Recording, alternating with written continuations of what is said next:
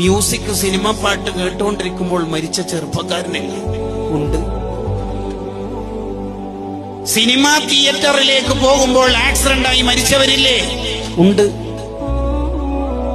എങ്ങനെയാ അവരൊക്കെ പറയാ? വാപ്പ ഇടുന്ന വരുന്നത് മോന്റെ മയ്യത്തസ്കാരം കഴിഞ്ഞിട്ട് മരിച്ചു. എങ്ങനെ? ആക്സിഡന്റ് ആയിട്ട്. എവിടെ നിന്ന് ആക്സിഡന്റ് ആയത്? ഇന്നാലും നടത്തും. എന്താ പറ്റിയത്? എവിടെ പോവായിരുന്നു?